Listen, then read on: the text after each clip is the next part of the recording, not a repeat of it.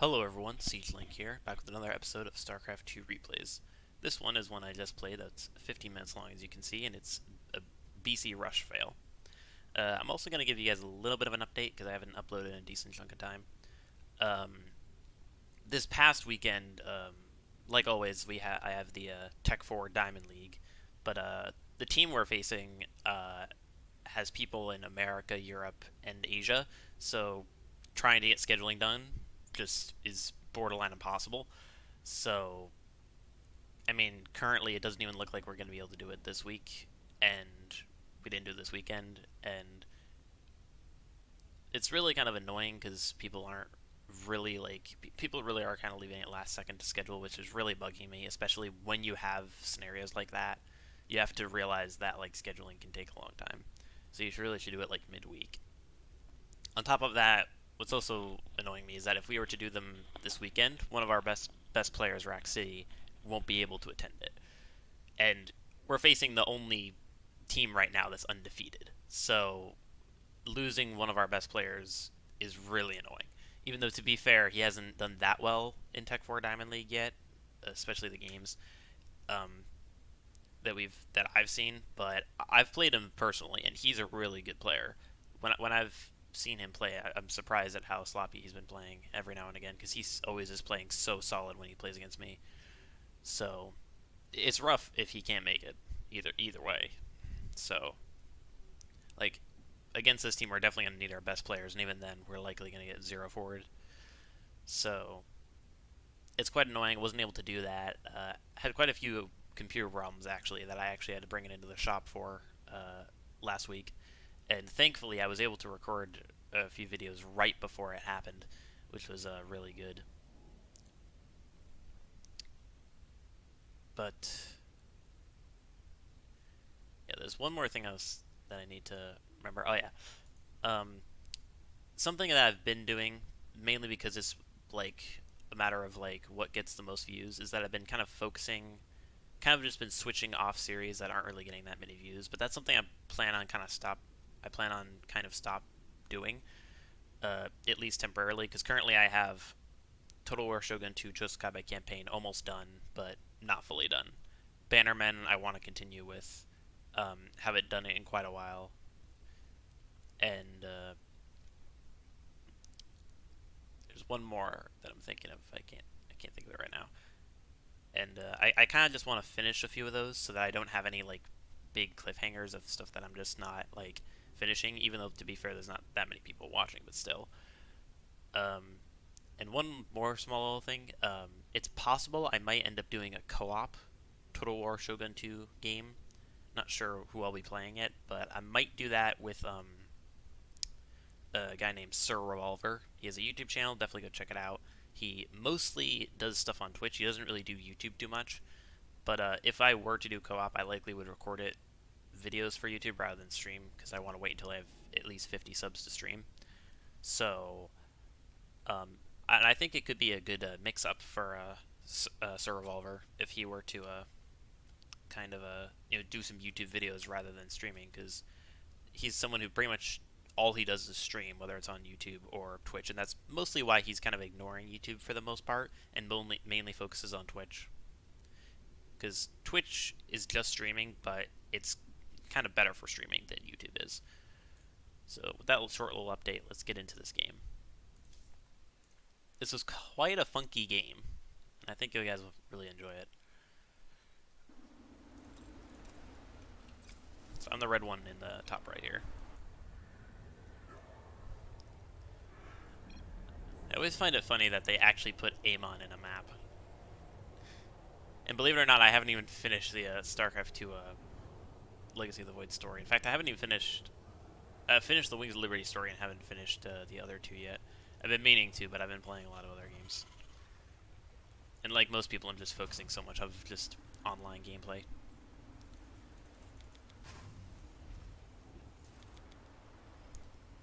So, SCV that was made the Supply Depot Scouts. Go for my normal 2 racks Reaper build. 2 and like a half racks Reaper build. I decided that I was actually facing a random player, if you guys didn't realize, but I was facing a random player, so I didn't know exactly what I was facing. Once I see it's Terran and that he has a supply depot wall off on the top, I decided to go for an eBay block. Because this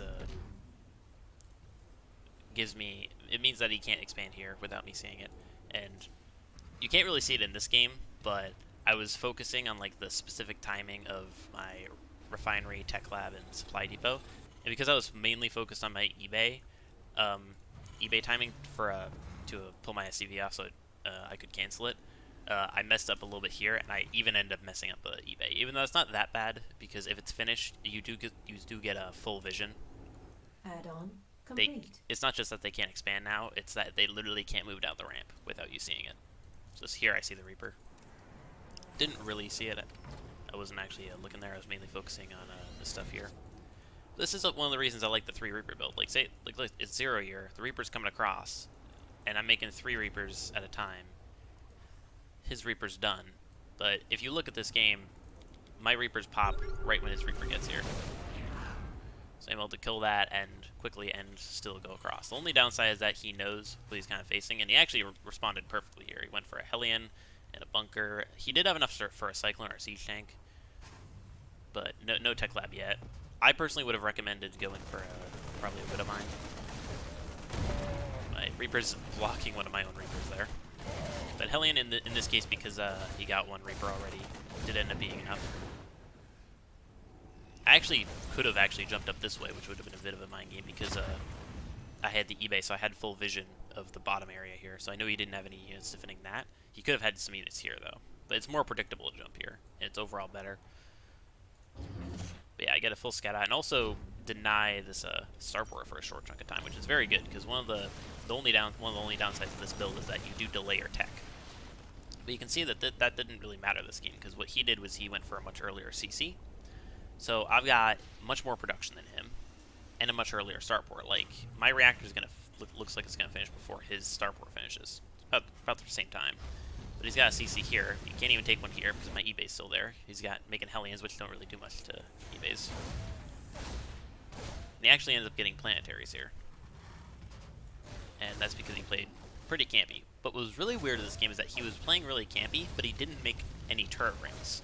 Usually when I face really campy players, they just put a bunch of turret rings around. Now I was thinking to myself, I bet you're probably not gonna leave any on up here. You're probably gonna bring all your guys, aren't you? And he did, and that ended up costing him because I'm able to get quite a few worker kills here. So 4 worker kills, bring this back up to even, and I'm able to get a full scout on the base.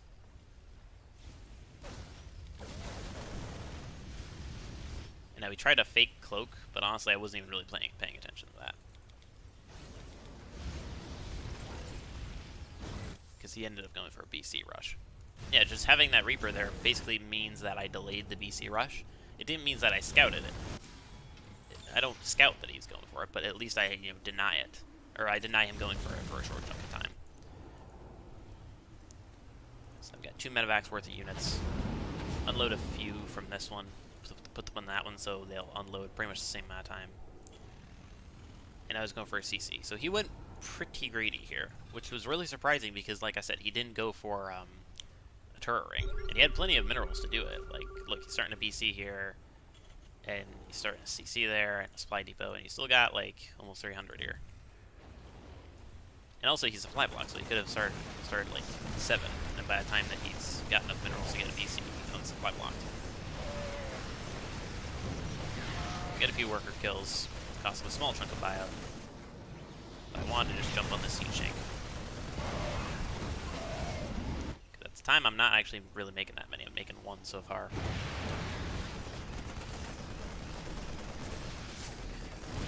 Was able to get 1 more. Wasn't quite able to shoot that missile turret without that being denied. I wanted to scout and see if he had this CC. He did. Lost 1 unit, but that's not that bad.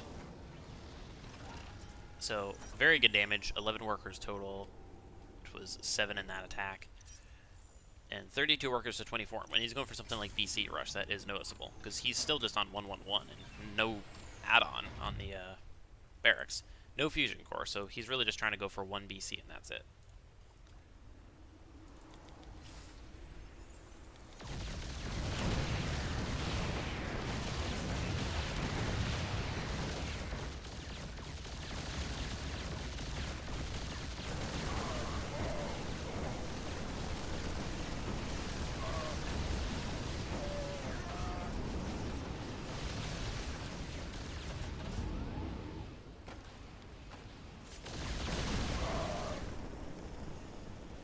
wasn't making Marines at that time because I was focusing on micring. If he kept pushing, he actually could have done quite a lot more because I didn't have anything at that point in time. Had a few down here, which I brought up, but that was it. So that was actually a pretty big misplay from him. I'm still ahead on workers. I'm massively ahead on production, even adding 2 more starports because I'm like, oh, he's going BCs. I gotta be prepared for mass BCs with mass Vikings instead.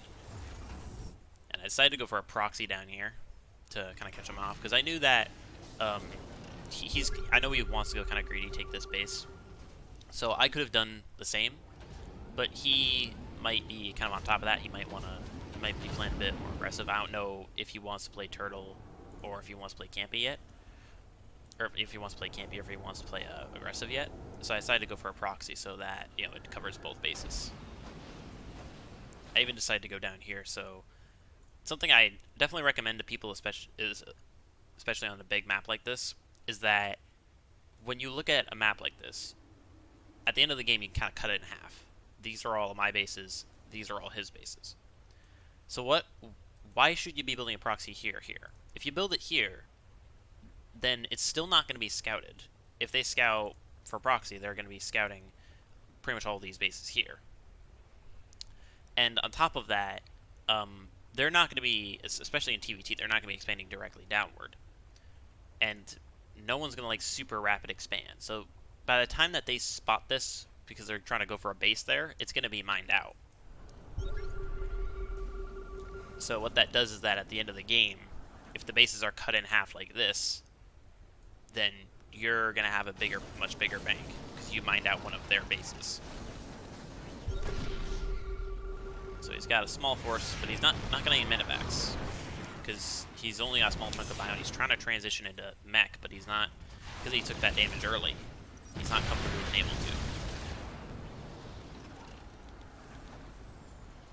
Siege tank was actually in range of mine, but he didn't have the vision. Eventually got it, but I killed a BC, which at the time was, yeah. I was about to say, I didn't think it was his only thing. Whoa, what was that? A lot of explosions. And I see that's kind of somewhat out of the range of the missile turret, and I'm willing to sacrifice a few medevacs or Vikings if need be, just to kind of trade bio for tanks at this point. So yeah, not that good of a trade, but killing 2 tanks. I just want to keep his army managed, because I'm just macroing non-stop back at home, and I've got a proxy base. And I decided to go for a CC here. Now, I think I accidentally rallied one of my guys over here, or maybe just brought him with me. So I was like, you know what? If this guy's going to stand here, there's no point in bringing him back and possibly get killed. So you know what? I'm just going to build a missile turret. So when I eventually attack here again, then I'm going to know what I'm facing. I'm just scanning a bunch.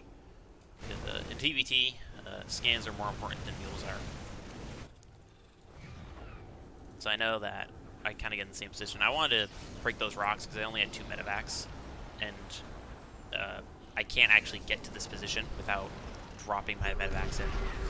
And I only had 2 medevacs, so I would have to do, like, I think 4 trips actually because of 2 siege tanks. Scanning natural, and I'm kind of just thinking to myself, where is your guys? But now I see Thor's coming. And I've got enough Vikings to one-shot his. One barely was far enough away to fire, it seems. And just having that missile turret actually quite helped quite a decent chunk.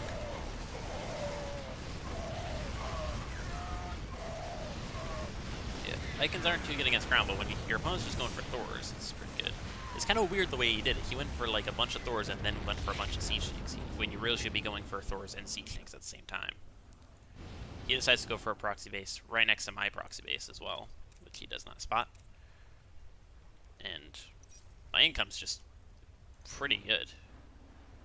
Around the same gas-wise, but soon enough I'm going to be getting these gas geysers going massively ahead mineral-wise. And is he even muling? Because I haven't even noticed him. Oh wait, never mind. I was about to say I haven't noticed him scan much because he's got 3 planetaries, no orbitals, no mules, no nothing. Like when I've seen people go for just planetaries, I don't think I've ever seen this with no missile turret ring. Like, that's what I always see. I always see just missile turret all over the place, so it's impossible to drop them.